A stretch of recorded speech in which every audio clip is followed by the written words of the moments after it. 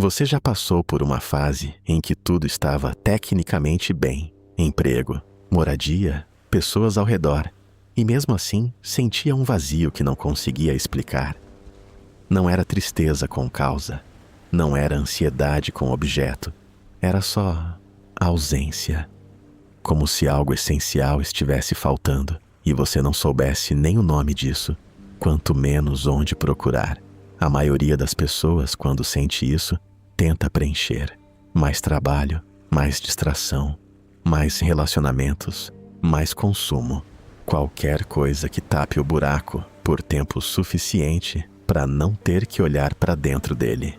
Carl Gustav Jung passou décadas estudando exatamente esse buraco. E o que ele encontrou lá dentro vai te desconfortar, mas também vai fazer mais sentido do que qualquer coisa que você já tentou colocar no lugar dele.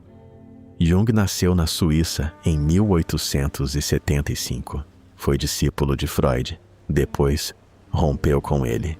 E o rompimento foi doloroso o suficiente para Jung passar anos numa espécie de crise criativa que ele mesmo descrevia como descida ao inferno interior. Durante esse período, ele fazia experimentos consigo mesmo. Registrava sonhos, criava imagens, dialogava com figuras que surgiam na sua imaginação. O resultado foi um dos manuscritos mais estranhos da história da psicologia, o Livro Vermelho, que ficou trancado num cofre por décadas antes de ser publicado. Não era loucura, era método. Jung acreditava que o inconsciente não era apenas um depósito de traumas e desejos reprimidos, como Freud propunha. Era algo maior, uma camada da psique que continha não só a história pessoal de cada um, mas padrões universais, imagens, arquétipos, forças que aparecem nos sonhos, nos mitos, nas religiões de culturas que nunca se encontraram.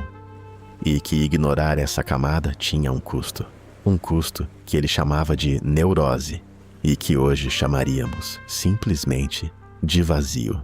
O conceito central que Jung desenvolveu para entender esse vazio é a sombra. A sombra não é o mal dentro de você. Essa é a leitura rasa, a que aparece em filmes e séries quando querem citar Jung sem entender Jung. A sombra é tudo que você é, mas que decidiu em algum momento não mostrar. Não necessariamente porque é ruim, mas porque aprendeu que não era aceito, que era inconveniente, que causava desconforto nos outros ou em você mesmo. A criança que gostava de desenhar, mas ouviu que não tinha talento. O adolescente que sentia raiva, mas aprendeu que raiva era feia. O adulto que tem ambições que considera vergonhosas, medos que considera fracos, desejos que considera inadequados. Tudo isso não desaparece, vai para a sombra, e a sombra não fica quieta.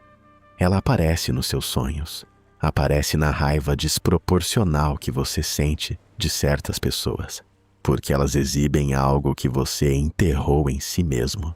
Aparece no padrão que se repete nos seus relacionamentos sem que você entenda por quê. Aparece no vazio, porque parte de quem você é está do outro lado de uma porta que você mesmo trancou. Jung dizia que a sombra não é o problema. O problema é não saber que ela existe. Porque quando você não reconhece sua sombra, ela age por você, sem permissão, sem aviso, sem controle. Você age de formas que depois não entende. Você sabota coisas que conscientemente quer.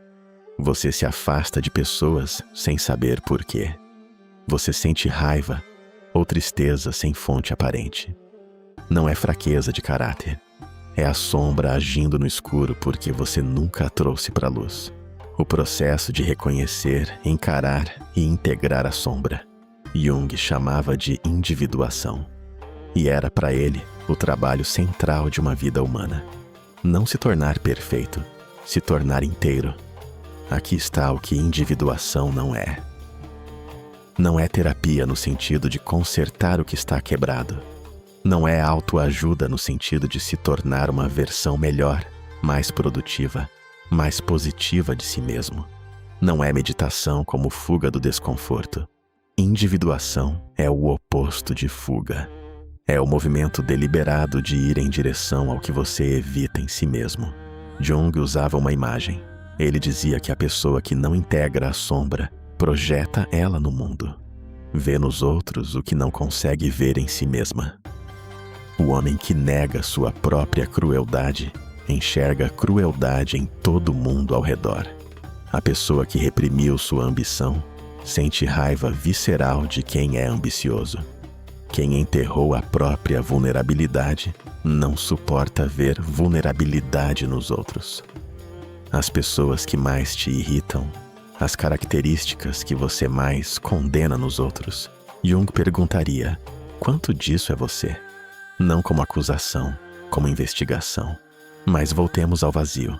Jung dizia que o vazio existencial, essa sensação de estar vivo sem saber para quê, era o sintoma mais comum do homem moderno, e que ele não vinha de falta de recursos, de relacionamentos, de conquistas.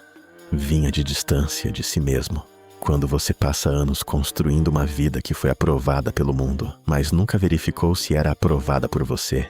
Quando você seguiu o roteiro correto, sem perguntar se era o seu roteiro, uma parte de você sabe.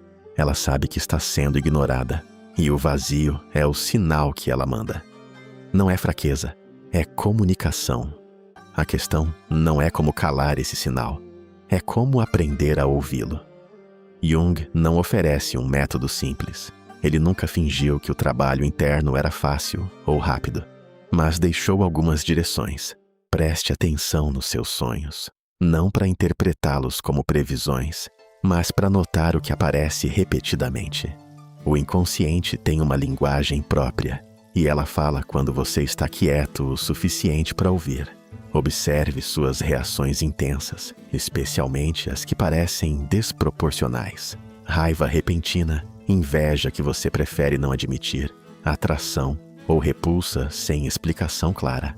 Essas intensidades, quase sempre, apontam para algo na sombra. Pergunte o que você abandonou, não o que você perdeu por circunstância, o que você largou porque alguém disse que não era adequado. Às vezes, o caminho de volta ao centro de si mesmo passa por algo que você deixou para trás há muito tempo. Jung viveu até os 85 anos. Trabalhou até o fim. Deixou uma obra densa, às vezes impenetrável, mas atravessada por uma crença que ele nunca abandonou. A de que cada ser humano carrega dentro de si algo único, algo que o mundo precisa e que só pode vir através dele. Não como missão grandiosa, como simples fato. Você tem uma versão de si mesmo que ainda não foi completamente vivida. Ela está lá, embaixo do vazio, embaixo da rotina, embaixo de tudo que você construiu para ser aceito. O vazio que você sente não é ausência de sentido, é a pressão de algo que quer existir e ainda não foi deixado.